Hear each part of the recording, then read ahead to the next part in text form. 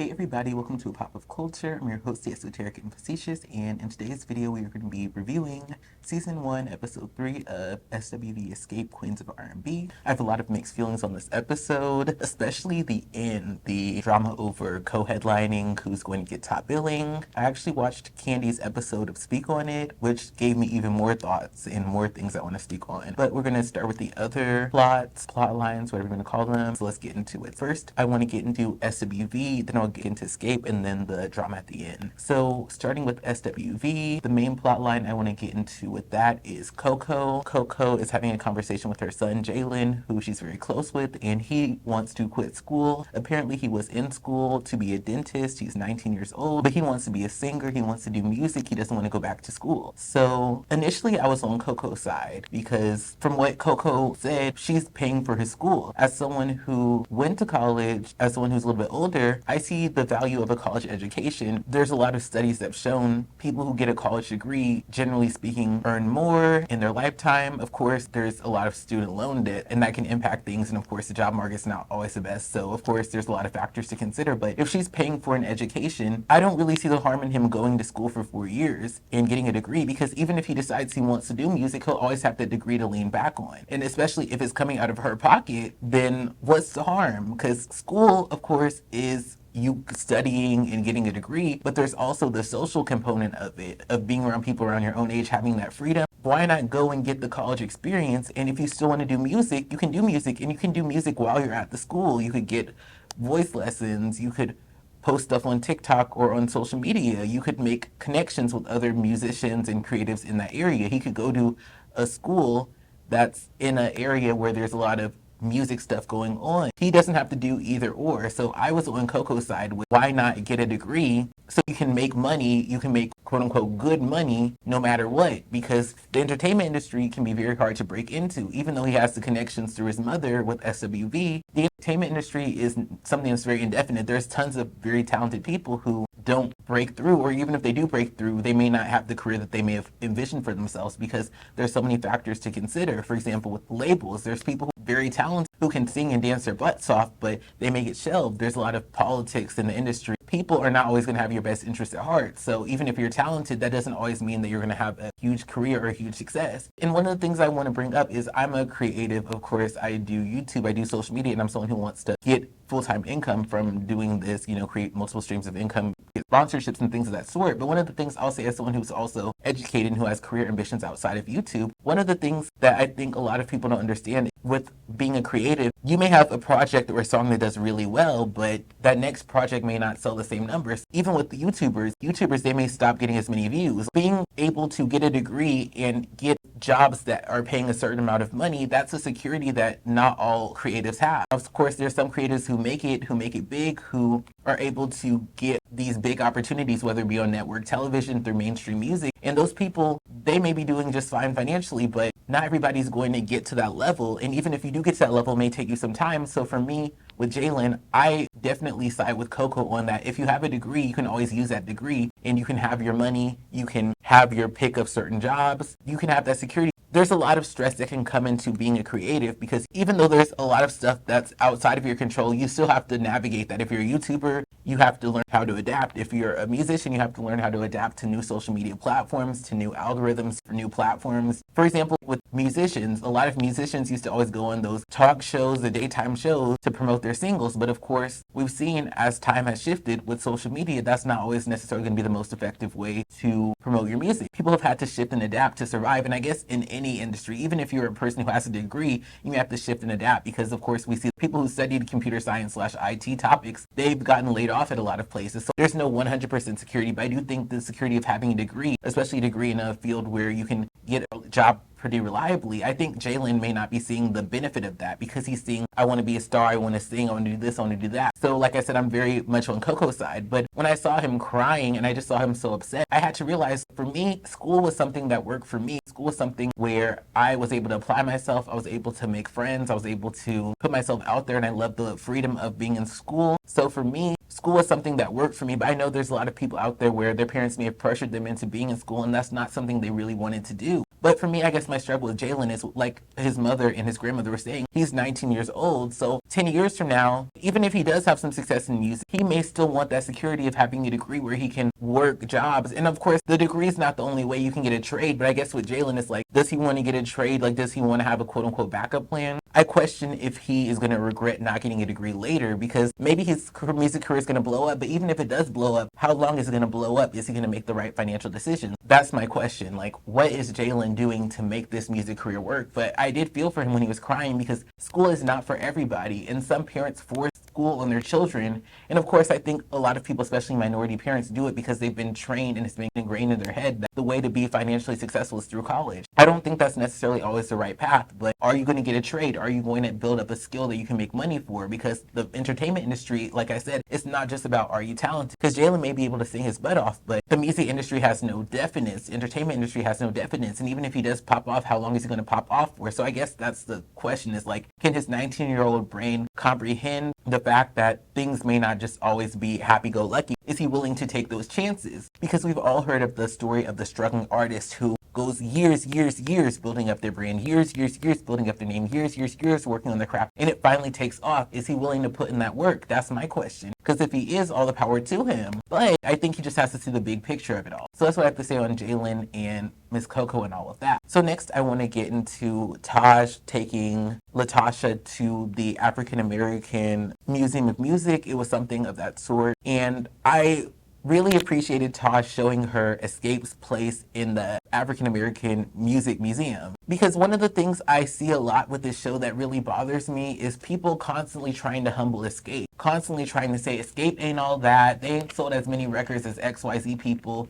And the reality of it is, if you really look at it when it comes to R&B music, especially R&B music of that era, there's only so many names that you can say had a platinum album or multiple platinum albums and multiple platinum singles. So for me, one of the issues I have with social media in general, I don't want to get too off track, but there's always this pressure by people to let other people know that they're not doing enough. If you have 5 Grammys, why don't you have 6 Grammys? If you are a millionaire, why are you a multimillionaire? If you're a millionaire, why are you not a billionaire? Like, there's always something, big or small, like whatever level you want to look at, where we're always telling somebody they're not enough. And so with Xscape, I'm kind of sick and tired of people trying to humble them and sit them down, because at the end of the day, how many people can say that their record sold over 1 million copies? A lot of people can sing, but can they say that? It was nice for Taj to remind Latasha, you are a part of music history. You are a part of the culture, and you will never be forgotten. Because I think with Latasha, it seems she wants a solo deal to prove something to herself and to prove something to everybody.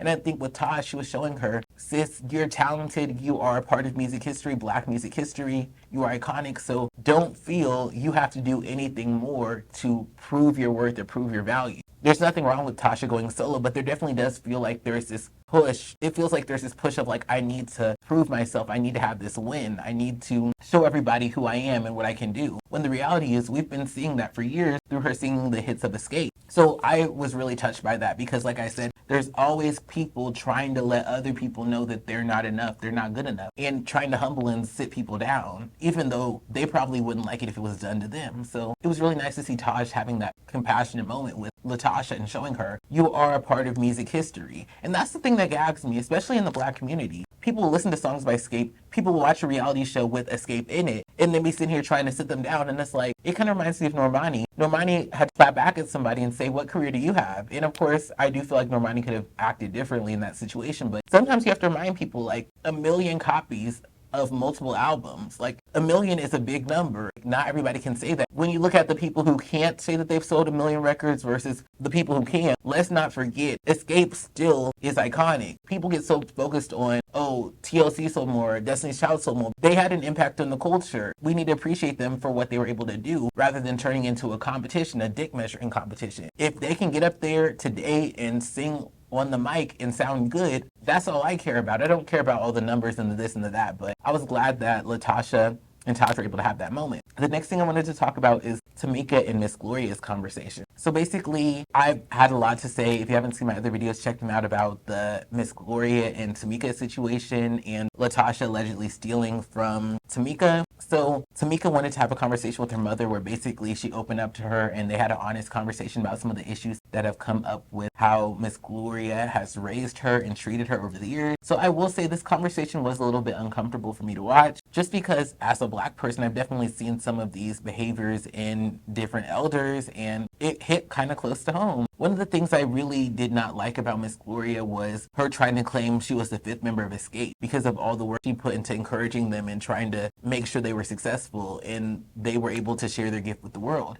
And it's like, there is this issue, especially in marginalized communities, in minority communities, where parents, it's like they want to take credit for their child's success. And I do think that Miss Gloria should be praised for the support she gave to LaTasha and Tamika that helped them to have the success that they've had. But I guess at the same time, it's like, you're not the 5th member of Xscape. You're a involved mother who helped them to get to the point where they are today. There's this overstepping. And I saw somebody comparing it to the idea of somebody saying that they're a doctor because they paid for and supported their child through medical school. It's like, you can be praised as a parent, but don't overstep that role of like, they're the doctor, they took the test, they did this, they did that, and you can be praised for supporting them. But I just didn't like that I'm the 5th member. It feels like you can't just allow LaTasha and Tamika to have their success and take the role of proud parent. Like, you have to make that your success. And that's something I've seen a lot. Parents will struggle to make things work. So it's like they'll take on their child's success and they'll be very invested in their child's success.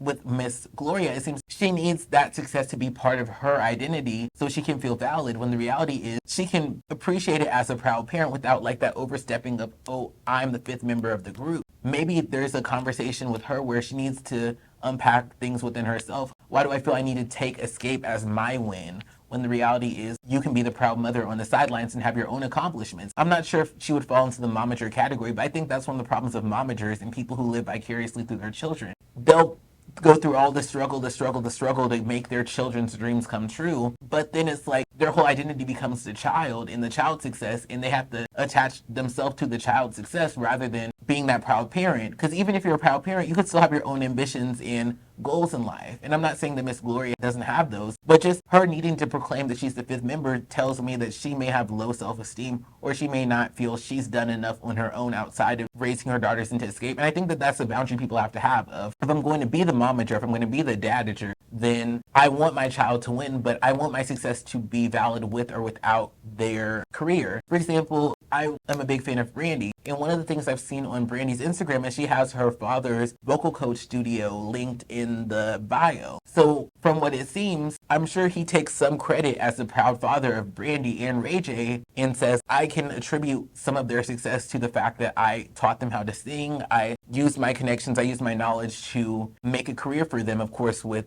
their mother as well. But I like the fact that he has his vocal coach studio. He's put out music of his own. It seems he has an identity outside of, I'm Brandy's father and the Brandy brand is my brand. And I wonder with people, for example, Matthew Knowles or Joe Jackson, I wonder if they felt they had an identity outside of Beyonce's success or Michael Jackson's success, respectively. Let me know your thoughts on that. I felt bad for Tamika because it just felt like Miss Gloria was trying to listen to her, but she couldn't comprehend what LaTasha was saying because it felt she was like so set in her ways. I love the fact that she did at least try to support her in the way she could, and she did try to say like, I love you, you are my daughter, like I want to be there for you, and I hope they're able to heal. Of course, healing doesn't happen overnight, healing doesn't happen in one day, but I hope they're able to heal and gain better understanding of each other. Because for me, even though I'm definitely someone who believes that you can cut people off, and if somebody's not serving you, you can distance yourself from them and love them from a distance, I would love for everybody to still be connected to family members, and I would love for people to repair and heal the relationship rather than cutting people off. So I hope that they're able to do that. One thing I'll say is LaTasha, I have been very hard on LaTasha for the last few episodes, but this episode I didn't really have a lot of negative stuff to say. And maybe it's just I'm not remembering stuff right, but the main thing I remember from this episode was her having her studio session. And for me, as an aspiring R&B singer and artist, I liked seeing the studio session, and I liked seeing her in her element, because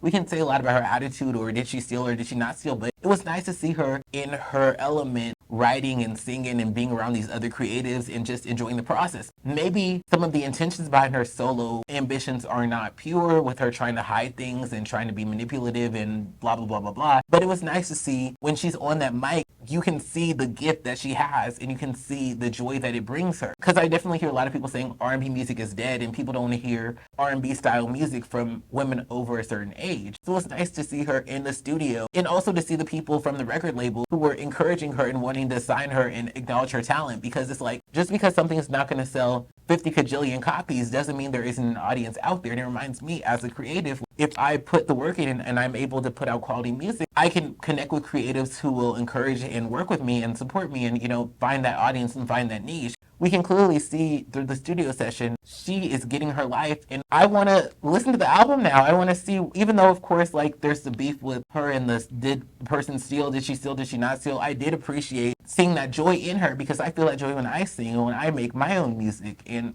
it's something where I definitely feel inspired by watching her, and I definitely want to have a studio session like that one day. One thing I did not like though was Rocky. I'm not somebody who has an issue with Rocky coming to support her, but there was just something about it where it felt like he has to keep his eye on everything. Like it felt controlling. Like even him saying, oh, I want to get on the mic. Maybe that was him being playful and trying to be funny, but it was just like, I remember Candy and Tiny saying that their husbands don't show up to everything. And maybe they have a different relationship with their husbands, but it felt like, damn, can Latasha just enjoy herself, have her fun, and have her business time without you there? It just felt like, can she have her own thing and you have your own thing? Like it felt like he was trying to control everything. He was trying to put his ingredients in the pot, when it's like it's Latasha's in those creative people's pot. And maybe he knows some stuff about music that he wants to add and incorporate in, but it just felt like something felt wrong about him being there. And I want to know, did y'all feel that? So that's what I have to say on that. Before I get into the Xscape and SWV drama with the co-headlining situation, I want to talk about Lily. Lily, she was talking about how she had struggled a lot financially after SWV had sold their records and kind of had some conflict and were going through issues as a group. And she was talking about how she would fall asleep as late as she could. She would stay up as late as she could so that she could avoid people